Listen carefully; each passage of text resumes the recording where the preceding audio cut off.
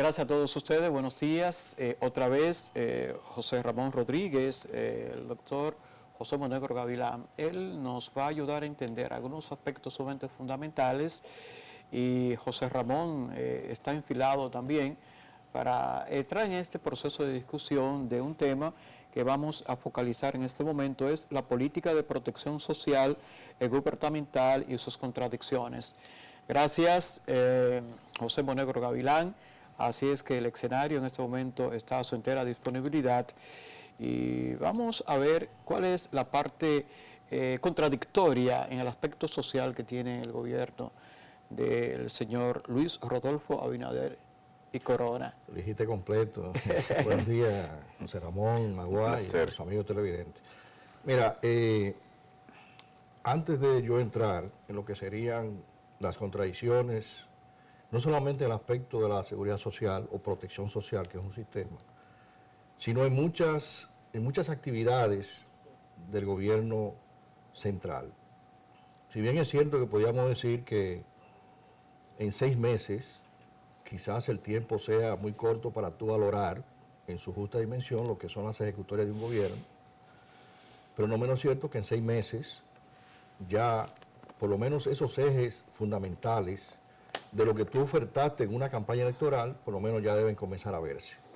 Recuérdate que en todas partes del mundo lo que se estila son 100 días de gracia que se le da a un nuevo presidente de la República.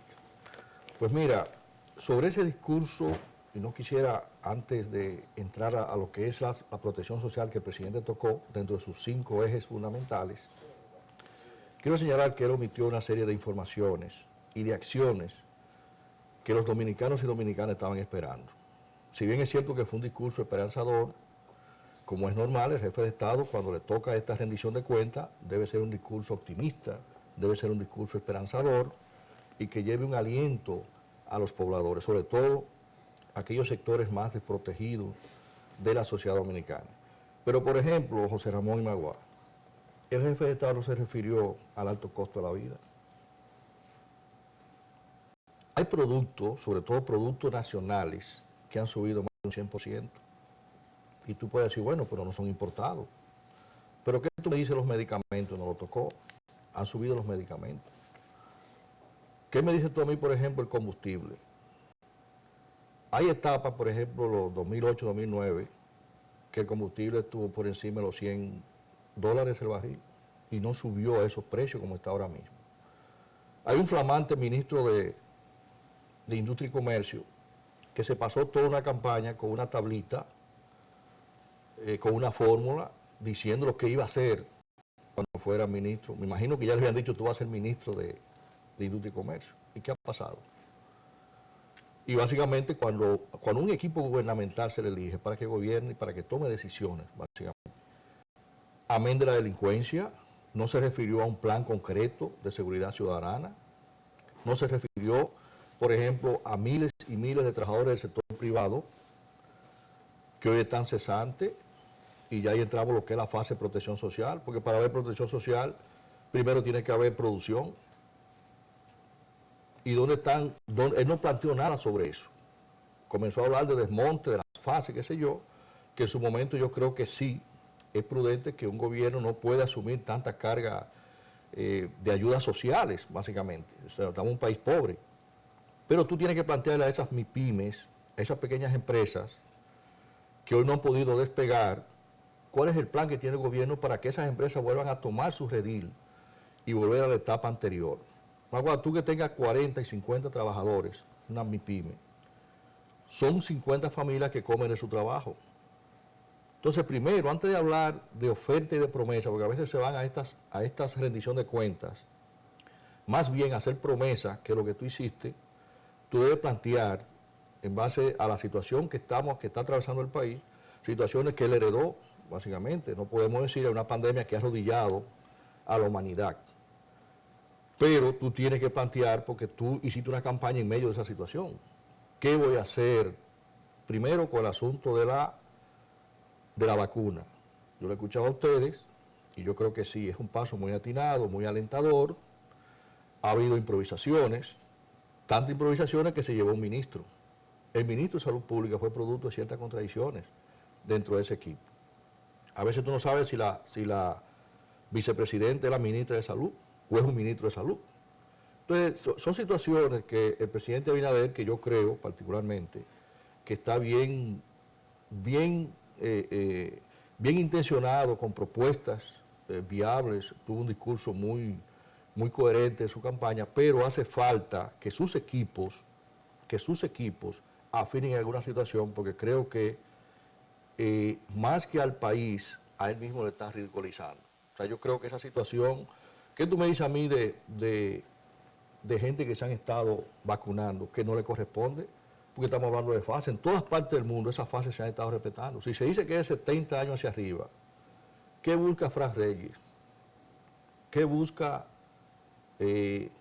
otras figuras de menor edad cuando eso ha estado creando ciertas situaciones, ciertas ronchas innecesarias para el gobierno? Son ruidos innecesarios. Amén de cierta situación que comenzó, que ya se ha ido organizando, que debieron preverse para este proceso de vacunación. Por ejemplo, ¿tú crees que es posible que un viejito de más de 70, muchos de 80 años, tú podrás tener 2 horas en una fila? ¿Es prudente? Yo hubiese cogido, por ejemplo, el Centro Olímpico. ¿Cuánto coge el Centro Olímpico, Magua? Sentado. Sí. 10.000, 12.000 personas. Y están allí, no están en el sol, tiene un aire, básicamente donde juegan baloncesto, y tú puedes hacer un trabajo organizado. No ponerse una fila en el sol, como vimos, por ejemplo, en la Madrid Maestra, vimos en la misma UNFU, donde esa situación ha creado cierta situación. Yo creo que las cosas se van organizando, que bueno, es muy alentador, se ve ya la luz en el túnel. Tú te referías a algo, yo creo que faltan informaciones. No se puede estar tomando bebidas alcohólicas. Yo creo que ni en la fase previa y mucho menos después. Y aquí la gente, cuando le ponen un vaso de cerveza, un vaso de ron, no lo desperdicia muchas veces sin saber las consecuencias que puede traer después. Entonces yo creo que esa situación, amén del discurso alentador del jefe de Estado, pero esas contradicciones que ha habido en estos 6 meses, yo creo que ya es tiempo de que lo vaya enderezando por el bien de su gobierno y por el bien del país. Ahora, doctor, me llama la atención y me gusta el análisis que está haciendo, sobre todo del discurso. ¿Cuáles debieron haber sido, por lo menos, las 2 medidas en materia de protección ciudadana, de protección integral me refiero, que el gobierno debió anunciar en su discurso, que no anunció, de lo que está haciendo, lo que debía hacer? Porque realmente rendición de cuentas los 27 de febrero es un escenario que los presidentes usan, como usted mismo señala, para estimular, para alentar a la sociedad. Pero, ¿qué 2 cosas en materia de protección ciudadana integral debió hacer el presidente que no está haciendo hasta este momento? Bueno, ya yo me referí al asunto de la recuperación del empleo, básicamente. Bueno, él dijo en ese discurso que a la fecha se habían recuperado 400.000 empleos. Bueno, pero ¿cuántos se pararon? ¿Cuántas empresas se pararon en el periodo después que comenzó, de marzo del año pasado, que se pararon? Estamos hablando todavía de miles de trabajadores, miles de trabajadores. Al principio se hablaba de 1 millón de trabajadores. Y yo creo que sí, pero escucho, por ejemplo, empresas, microempresas, que no han podido despegar. Entonces yo lo que creo es, si bien es cierto que ha habido esa recuperación, y yo creo que la misma situación de que los horarios de toque de queda se han ido reduciendo, eso es positivo. Ya muchas empresas, bares, pequeños restaurantes, que ahora ya con una apertura, pues eso es alentador. Pero, por ejemplo, ¿qué tú me dices de miles y miles de trabajadores del sector público que no le han dado sus prestaciones? Los que fueron desvinculados. Los que fueron desvinculados. Son miles y miles de trabajadores. Y no solamente que fueran del PLD o que no, hay mucha gente que no fueron de ningún partido. Hay gente que ve la oportunidad de un empleo donde hay tan pocas oportunidades, sobre todo el sector joven, pues se involucra donde va a producir. Y llega una gente, como vi el caso de migración. ¿Qué estuvimos viendo anoche en los noticiarios? que se han creado tapones en los aeropuertos porque fueron allí con una planadora, han llevado un agente inexpertos allí. Señor, un agente de migración no se produce ni se desarrolla en 2 semanas. Entonces son situaciones que hay que tener cuidado. Una cosa es la presión que pueda tener un partido político cuando llega al gobierno, todos han pasado por la situación, y otra cosa es la actitud mesurada que debe tener un jefe de Estado y un gobierno a la hora de tomar decisiones, porque al fin y al cabo los servicios benefician o afectan a todos por igual, no importa que sea del PRM, del PLD, de la Fuerza del Pueblo o sin partido, básicamente. Cuando usted llega a su país, en este caso los que llegan aquí, o supongamos que sean turistas, un turista, todo lo que hemos viajado y todo el que ha viajado sabe que cuando tú llegas a tu destino, lo que tú quieres es pasar en un tiempo relativamente ágil y corto. Es tedioso estar en un aeropuerto, más si se crea una situación de entaponamiento. Eso está produciendo eso. Amén de situación que se ha producido en el ámbito recaudador, en el ámbito de las aduanas. Entonces yo creo que son situaciones que hay que tomarlas en cuenta. Y como yo te decía, el empleo en toda sociedad es fundamental para un proceso de protección social. Si no hay empleados, si tú no tienes empleo, no tienes seguridad de salud, no tienes seguro de salud para ti y tu familia.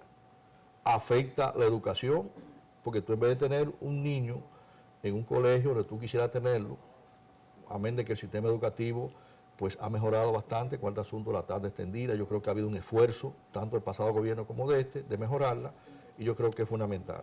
Pero si hay algo fundamental, que todos los gobiernos del mundo están enfocados, primero, controlar la situación de la pandemia, que esto se controle y que las economías comiencen a motorizarse de nuevo. Mira, porque podía ser peor una familia sin su sustento, sin trabajo, sin alimentación, que los efectos que podía hacer la pandemia.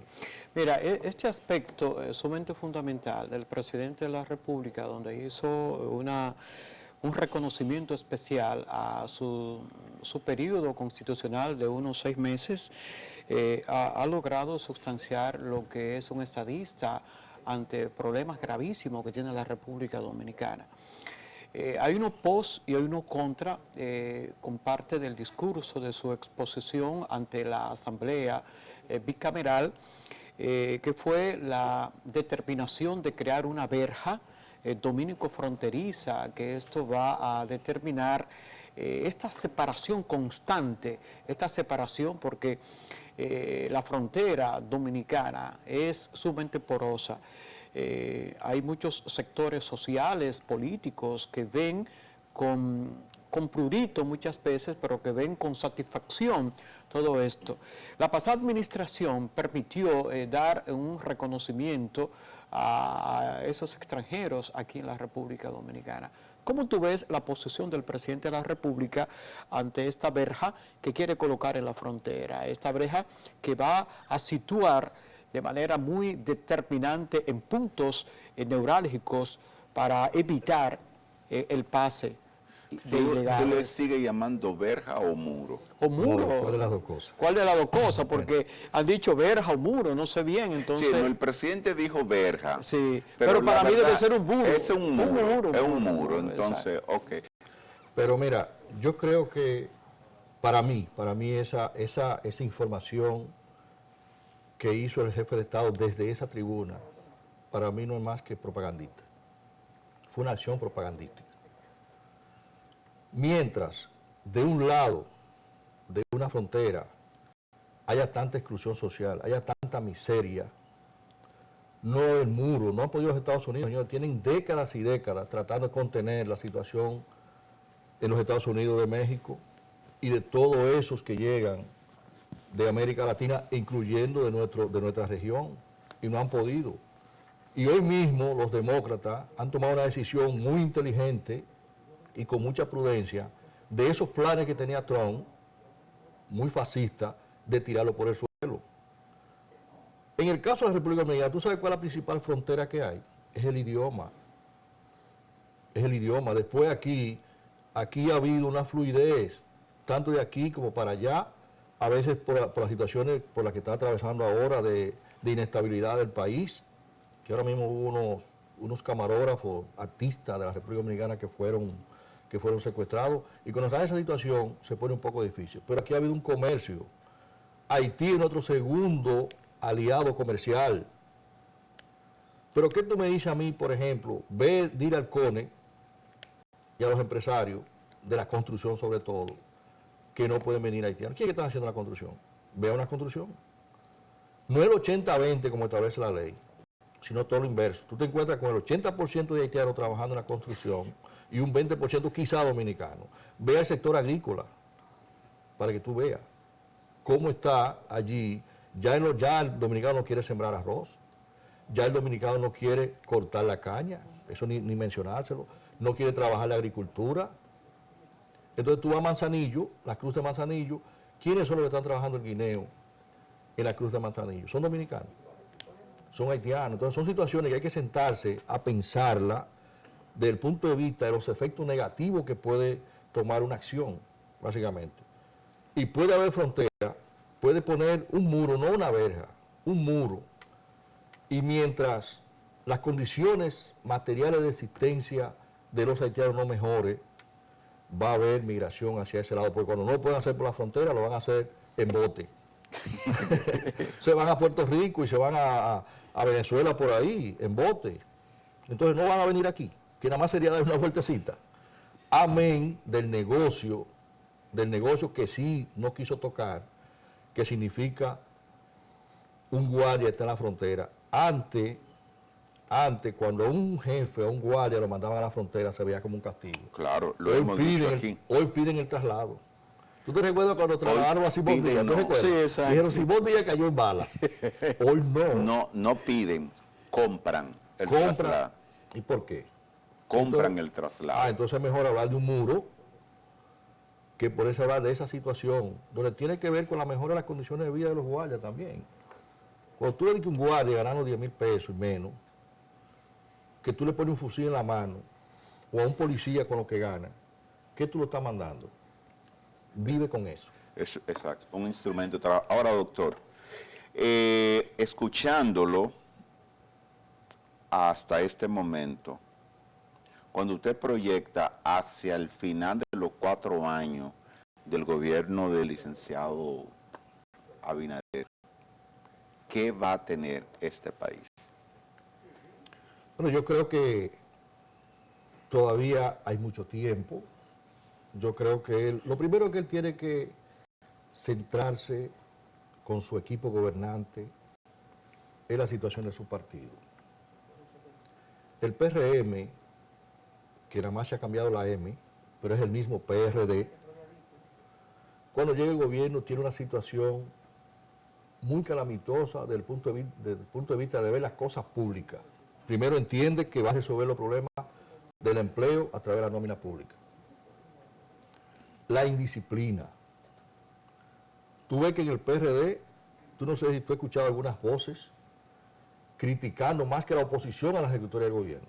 Bueno, tú escuchas a Ramón Albuquerque, que de que le den un cargo y una vez se calla, con unas posiciones muy beligerantes.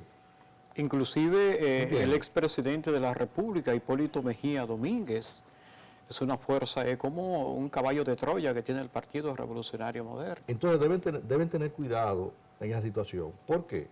Porque cuando los agentes económicos ven ciertas situaciones, en aquel que es el gobierno, que es el que tiene que mandar una señal de organización de la sociedad y de confianza a los diferentes sectores y agentes, sobre todo la economía, entonces tienden a restringirse, y fue lo que pasó en el proceso 2024.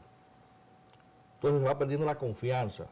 Cuando se pierde la confianza, entonces se para la inversión. Mucha gente dice, bueno, espérate, en medio de esta situación, yo quiero esperar nuevos aires. No quiero arriesgarme ahora. El inversionista extranjero también piensa lo mismo. ¿Por qué? Porque cuando tú vas a un país a invertir, tú tienes que ver una certidumbre jurídica, la seguridad ciudadana. O sea, tú no puedes ir a un país a invertir y que de repente te puedan secuestrar. Ahora, perdón, doctor, que le interrumpa. Las constantes rectificaciones del presidente es un presidente que escucha al pueblo o es la señal de un gobierno que improvisa? Todo indica, porque no se puede confundir escuchar, sobre todo cuando se tratan de situaciones trascendentales. El asunto del muro es un asunto que debe ser ponderado por los diferentes agentes, con los empresarios, con los medios de comunicación. Debe haber un compás de discusión, ¿entiendes? La situación económica, cómo reactivar la economía, cómo relanzarla, cuáles rubros ya hay que descontinuarlo, qué piensa esa juventud que necesita un empleo, qué piensa el teletrabajo. Son situaciones que hay que focalizarlo de cara al futuro, por el bien del país. Ahora, cuando hablamos de mucha rectificación, el mensaje que se envía es que tú no tenías una idea, ni tenías una acción concreta a ejecutar, sino que tú sobre la marcha, como dice el campesino, bueno, vamos a poner la calle y el camino se va arreglando. Del gobierno las cosas diferentes. E insisto, la situación del PRM de Luis Abinader, que no es un político de 2 meses, tú no puedes decir, bueno, que fue una crisis que se armó y se sacó un presidente en cuestión de 2 o 3 meses. Luis Abinader fue candidato vicepresidencial con Hipólito Mejía en el 2012, fue candidato en el 2016 y es presidente de la República hoy. Tú no puedes decir que es un improvisado. Ahora, sus acciones y tantas rectificaciones, y que ya doy un paso y retrocedo 3 para atrás, significa que no estaba preparado en algunas acciones para enfrentar los desafíos que demanda la sociedad dominicana en el día de hoy. Y no podemos decir, bueno, pero que heredó una pandemia que impacta en la familia, impacta en la economía nacional. A usted lo eligieron para que gobernara.